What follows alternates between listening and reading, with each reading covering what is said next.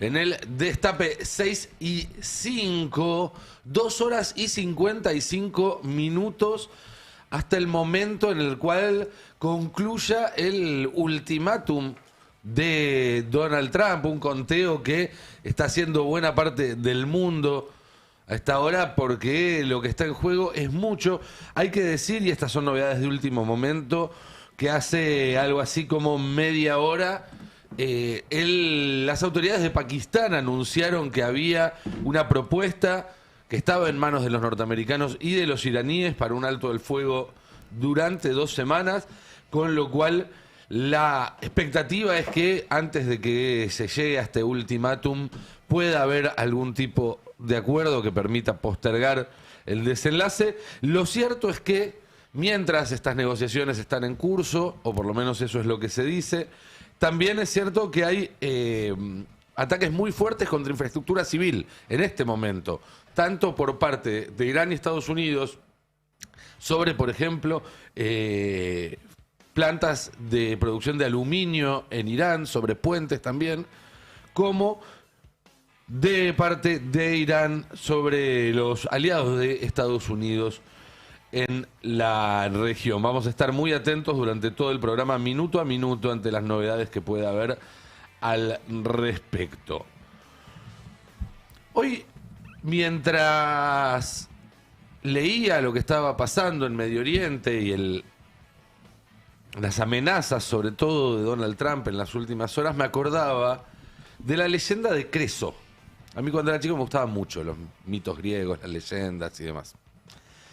Y Creso era el tipo más rico del mundo en su época. Era un ultra rico de ese momento. Estamos hablando del año 550, más o menos antes de Cristo.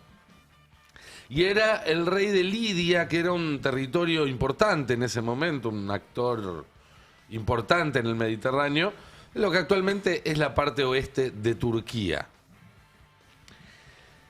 Y Creso, que por ese momento, insisto, era el tipo más rico del mundo y uno de los gobernantes de los reinos más poderosos, estaba preocupado por el ascenso de Ciro, que era emperador de los persas, por ese entonces un joven emperador al que Creso anhelaba destronar.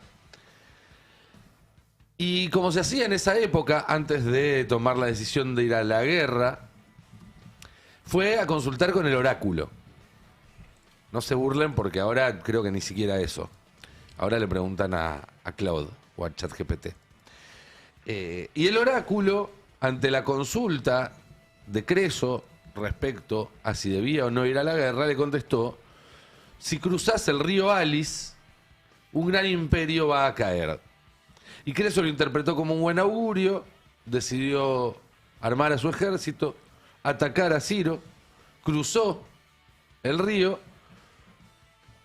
y fue salvajemente derrotado por los persas, que lo tomaron como prisionero y terminaron con su dinastía. Al final había caído, como el oráculo vaticinó, un gran imperio, pero no el que él pensaba, sino el suyo. Y es un mito que resuena bastante por estas horas, mientras corren los minutos que faltan para que se cumpla el ultimátum de Trump y que la guerra vuelva a escalar dramáticamente si se cumplen sus amenazas. Recordemos que ya van 2 veces. Este ultimátum primero fue de 48 horas, después de una semana, después de 10 días, ya varias veces, como si el propio Trump tuviera miedo de hacer lo que tiene pensado hacer una vez que se cumpla. Y eso es el punto. Trump ya había hablado de hacer retroceder Irán a la edad de piedra y hoy fue explícitamente un paso más allá y un paso grave con un posteo que hizo en su red social Truth y que se replicó en Twitter, donde dijo: una civilización entera morirá esta noche. Una civilización entera morirá esta noche para nunca más ser recuperada, escribió Trump. No quiero que eso ocurra, pero probablemente pasará. Y después sigue con esa perorata. Siempre, ahora tenemos un cambio de régimen completo y total, donde prevalecen mentes diferentes. Bueno, no hay que hacerle mucho caso a eso. Pero dice: lo descubriremos esta noche, uno de los momentos más importantes en la larga y compleja historia del mundo. Dios bendiga al gran pueblo de Irán. Algo que después ratificó varias veces durante el día, esto fue hoy temprano. Hay varios comentarios de enviados especiales a la Casa Blanca y periodistas con acceso a Trump o a gente muy cercana a él que confirman que la voluntad de Trump es aplicar esto una vez que concluya el tiempo del ultimátum. Escuchemos esto que comentaba un cronista en Fox News, una de las cadenas cercanas al pensamiento de Trump. Pero acabo de colgar el teléfono con el presidente y él me llamó y le pregunté, escuche, si tuviera que ponerle probabilidades, ¿cuáles serían las probabilidades de que esto termine siendo un acuerdo negociado? Él dijo que no iba a ponerle probabilidades, pero que a las 8 de la noche esto sucedería. Eso fue exactamente lo que él manifestó. Él dijo, si llegamos a ese punto, va a haber un ataque como nunca antes han presenciado. Y en este preciso momento, él se mantiene firme en esa postura. Ahora bien, él mencionó que si las negociaciones progresan el día de hoy y si se llega a algo verdaderamente concreto, esa situación podría modificarse. Sin embargo, en este preciso momento, no quiso aventurarse a dar probabilidades al respecto, pero afirmó que se está procediendo con los planes que ya tenemos establecidos. Bueno, eso es un asunto de gran importancia y obviamente todos nosotros pensamos que es algo que él está planteando para advertir, no hagan esto. Él dice que no quiere hacerlo, pero en este preciso momento se mantiene firme en su postura y afirma que podría ser muy probable si ellos no se sientan a la mesa de negociaciones. Bueno, lo comentábamos ayer acá y hay que volver a decirlo con todas las letras. Esto no solamente es una amenaza abierta de genocidio. Cuando decís una civilización entera morirá esta noche, estás hablando específicamente de un genocidio, casi definiendo un genocidio, sino que debe ser interpretado como una amenaza para usar armas nucleares. O en su efecto, atacar con armas convencionales blancos nucleares, lo cual podría tener un efecto devastador similar al de Chernobyl. Y esto no es una locura de Nicolantos. Ya sé que lo más probable es que si vos pones TN, si lees Infobae, no te lo digan esto. Pero por algo salieron en pocas horas más de 30 congresales a pedir frenar a Trump.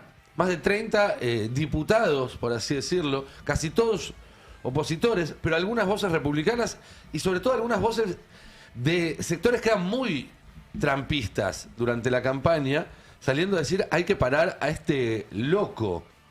Literalmente, uno de los diputados demócratas, McGovern, tuiteó, Trump está loco. El presidente de los Estados Unidos está loco. Es fuerte que un diputado, por más allá que sea de la oposición, sabemos que en Estados Unidos, cuando hay una guerra, en general, oposición y oficialismo terminan alineándose. Bueno, está loco. Incluso salió un gobernador, el gobernador de Illinois, un estado importante, a decir que hay que quitarle el poder a Donald Trump. Dice, esto no es política exterior, es un loco desquiciado que amenaza con aniquilar a todo un país. Ya es hora, hay que invocar la enmienda 25. Hasta los iraníes le hacen bullying y desde una cuenta en la embajada de Arabia Saudita, usan mucho las cuentas en embajadas para estos mensajes, ponen enmienda 25, citando a un diputado norteamericano, un congresista que dice que el presidente debe ser destituido. La enmienda 25 es la enmienda que aclara la ley sucesoria, la Constitución, las normas sucesorias constitucionales en Estados Unidos, porque el texto original de la Constitución es muy vago, a diferencia de acá en la Argentina, donde el texto de la Constitución establece más precisamente cómo se da la sucesión. En la Constitución de Estados Unidos no estaba claro si el vicepresidente asumía con toda la facultad de presidente o era una especie de reemplazo previsorio hasta que hubiera un reemplazo. Bueno, una serie de cuestiones que se zanjan en esa enmienda. Estados Unidos, en vez de hacer reformas constitucionales, le agrega artículos a las constituciones, enmiendas. Y en la sección 4 de la enmienda 25 de la Constitución de Estados Unidos tiene una cláusula que dice que si el vicepresidente de la Nación, con la firma de más de la mitad del gabinete, le presenta una carta a las autoridades del Congreso diciendo que el presidente no está apto para seguir ejerciendo el cargo, lo corren al presidente y asume el vice. ¿Se entiende? Si el vice junta las firmas de más del gabinete, de la mitad del gabinete, con eso tiene un efecto similar al de un juicio político. Digo similar porque después el presidente puede apelar, hay un conflicto ahí de poderes muy importante que podría armarse, pero lo cierto es que lo que le está pidiendo toda la oposición al vicepresidente de Estados Unidos y al gabinete de Donald Trump es: córranlo antes de que tire una bomba atómica. Y perdón que lo diga de esta forma, mucha gente puede estar alarmada y todo eso, pero es lo que está pasando. Me parece que es importante que lo sepamos. ¿Cuál es el problema? Bueno, que para hacer un juicio político tiene que estar funcionando el Congreso está en un receso en este momento. Y para aplicar la enmienda 25 lo tiene que activar el vicepresidente, J.D. Vance. Bueno, J.D. Vance está en este momento en Hungría, ahora en un rato vamos a hablar un poco más de Hungría, y dio hoy una conferencia donde también amenazó con utilizar armas nucleares en Irán. Digo, para no pensar que esa puede ser una alternativa. Escuchemos lo que decía el vicepresidente. Nos sentimos seguros de que obtendremos una respuesta, sea esta positiva o negativa. Tendremos una respuesta de los iraníes para las 8 de esta noche. Espero que den la respuesta correcta, porque lo que realmente queremos es un mundo donde el petróleo y el gas fluyan libremente, donde la gente pueda permitirse calentar sus hogares y también enfriarlos, donde la gente pueda permitirse transportarse a sus trabajos. Eso, simple y llanamente, no va a suceder si los iraníes persisten en actos de terrorismo económico. Por consiguiente, deben ser conscientes de que disponemos de instrumentos en nuestro arsenal que, hasta este preciso instante, no hemos considerado oportuno emplear. El presidente de los Estados Unidos tiene la potestad de decidir utilizarlos, y los utilizará si los iraníes no modifican su actual línea de comportamiento.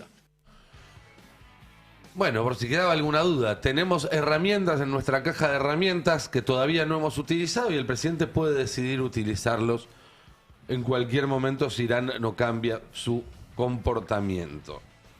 Después salió una desmentida de la Casa Blanca, es cierto, diciendo no hablaba de armas nucleares.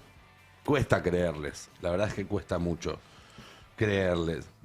De hecho, también hay medios que están reportando actividad de los bombarderos B-2, que son los bombarderos de máxima tecnología, esos que no son detectables por radares, los que ya se usaron en junio del año pasado para tirar bombas antibúnker en el operativo de junio del año pasado, que son los bombarderos que podrían tener o utilizar armas nucleares en el caso de que decidan un ataque.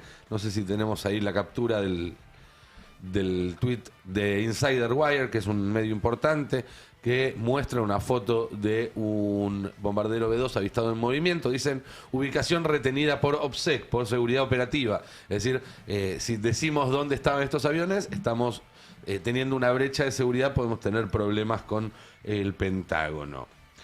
Mientras tanto, en Irán están haciendo una vigilia con decenas de miles de personas saliendo a las calles y haciendo abrazos de sitios estratégicos para que podrían ser atacados. Un gesto muy impresionante, que además de alguna manera explicita la amenaza sobre civiles, que ya significa de por sí el ultimátum de Trump. Y también otra novedad, otra noticia, que es que la gente que vive en las inmediaciones de Basher, que es la planta nuclear, una planta nuclear en Irán, que podría ser uno de los blancos, están repartiendo entre la población tabletas de yodo, que es uno de los procesos, de los protocolos de prevención cuando se prevé que pueda haber algún tipo de accidente nuclear o de ataque nuclear.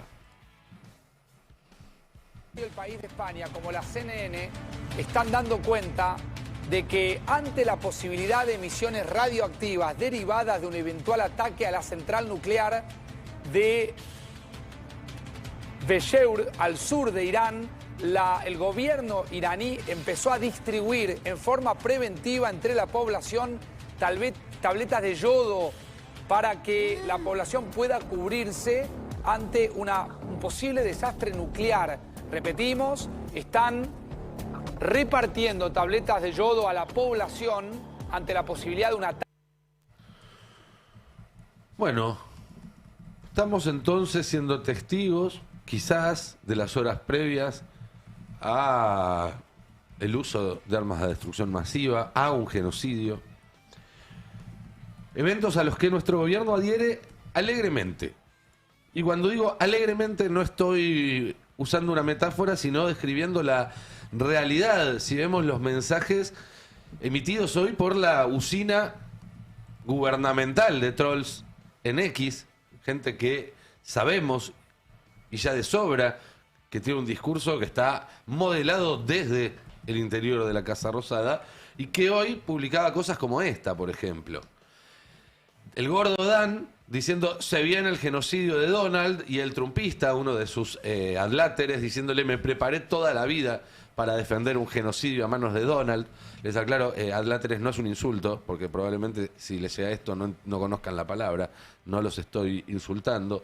Y luego otro de los trolls del gobierno, tal Beto Mendeleev, diciendo dicen que se viene la nuke israelí, se pone lindo si Trump da luz verde. A ver, uno no se quiere imaginar ni por un instante que pueda llegar a pasar algo tan trágico como un ataque con armas atómicas. Ahora, el lugar que va a ocupar el gobierno de Milei si eso sucediera es absolutamente vergonzoso e indigno, y todos los argentinos que tenemos un poquito de autoestima deberíamos estar rebelándonos ante esto, celebrando algo tan trágico.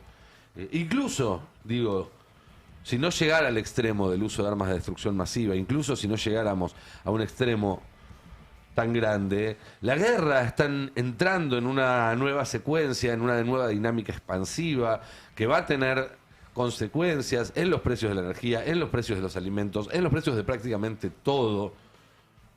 Seguramente no solo en los precios, sino también en las cantidades, y vamos a tener que adaptarnos a restricciones que no hemos vivido en nuestras vidas. Si esto sigue escalando, que es lo que todo parece que va a pasar en 2 horas y media, si no hay novedades de último momento.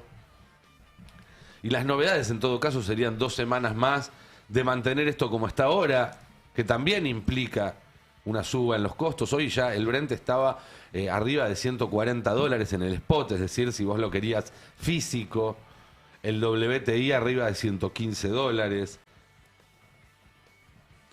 Y el alineamiento absoluto de la Argentina con las fuerzas agresoras, en este caso, nos pone en peligro total y absoluto. Hoy mismo las fuerzas revolucionarias dijeron que una de las consecuencias que tendría si después del ultimátum Trump cumple con la amenaza de afectar a toda la infraestructura civil en Irán, es que las respuestas ya no serían solamente a sus aliados en la región, sino más allá de Medio Oriente.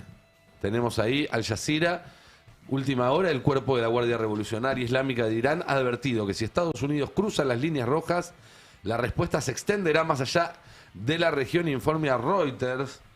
Y en ese sentido la Argentina tiene el bonete puesto. Y se lo puso Milei. Pero insisto, más allá de las represalias, que ojalá no haya, más allá de las consecuencias de la guerra en el bolsillo y en la mesa de los argentinos, estamos quedando asociados a los genocidas del siglo XXI. Y esa es una mancha que nos va a costar mucho borrar como nación si no nos encargamos ahora de señalar de forma contundente que Milei no nos representa, que no habla en nuestro nombre. Nosotros no tenemos enmienda 25, sí la figura de juicio político, que yo creo que antes de diciembre de 2027 va a moverse. Y esto es un poquito de intuición y un poquito de información. Estas cosas, vieron que no tienen una gradualidad lineal, sino que van fermentando abajo de la superficie y parece que no pasa nada, parece que no pasa nada, hasta que pasa. Y cuando pasa, pasa todo junto. Yo siempre doy el mismo ejemplo, que fue el Watergate. La oposición estuvo un año pidiendo el impeachment de Nixon sin mayores novedades. Un día, un diputado republicano oficialista salió a decir que iba a votar a favor del impeachment y 2 semanas más tarde Nixon renunciaba. Una vez que empiezan a caer las fichas de dominó, no sabés cómo se precipita esto. Hablando de juicio político, un pequeño paréntesis que viene al caso. Si a Trump no lo sacan antes, si sigue vivo, si el mundo no se acabó y si se hacen las elecciones en Estados Unidos, es muy probable que las pierda y que a él sí le hagan un juicio político y se vaya.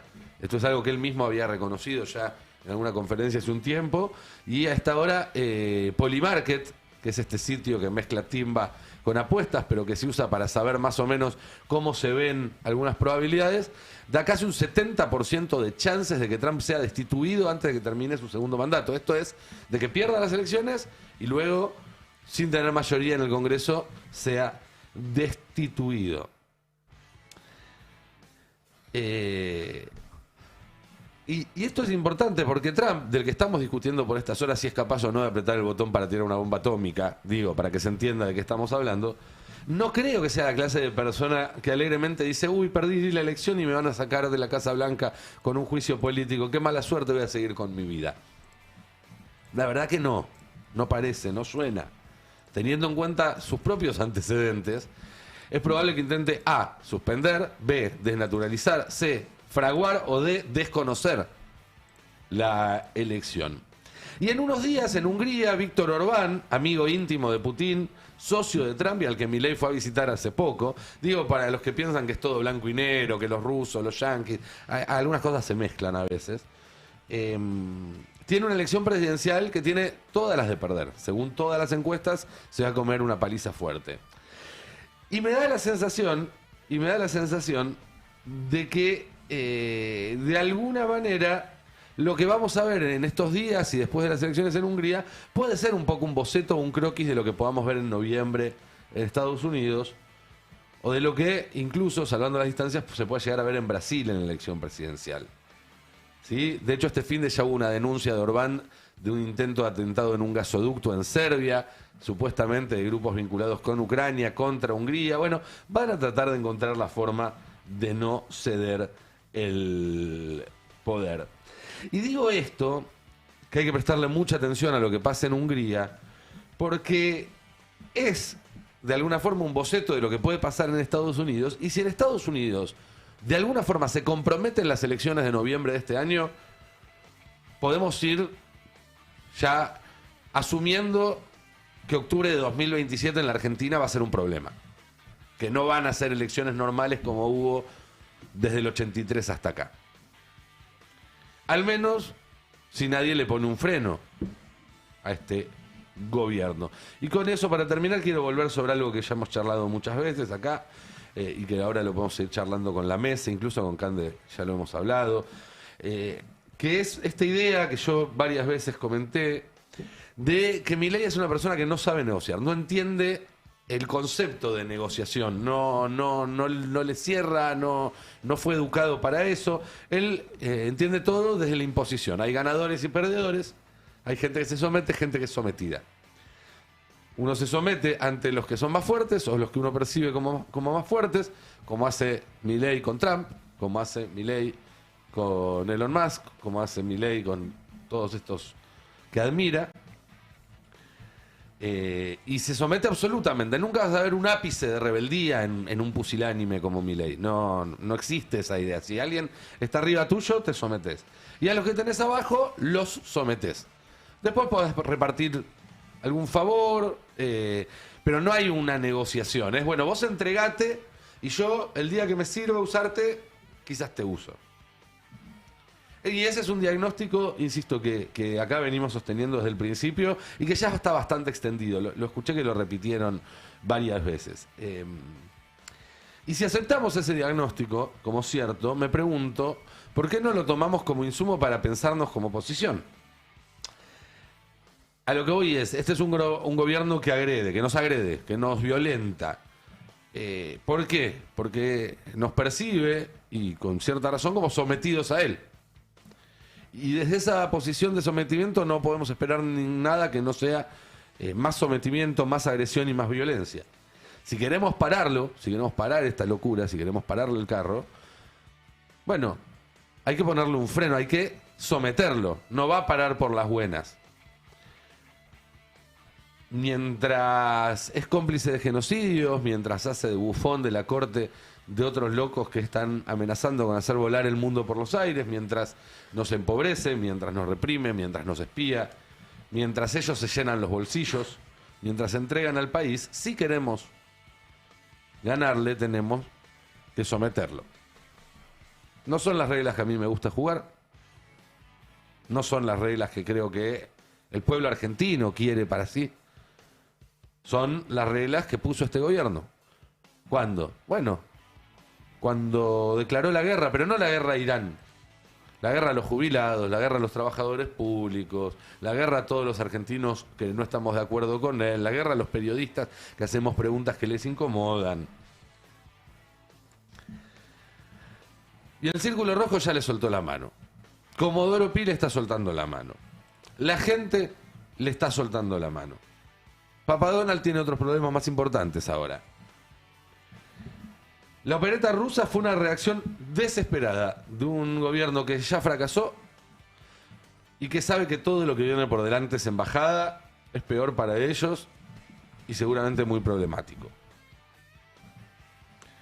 Esperemos además que después de hacer lo que hicieron esta semana con los acreditados, los ataques a la libertad de expresión, a las críticas, a la oposición política, se vuelvan más frecuentes y más graves. Porque esto es así, hasta que no lo frenás, no frenan.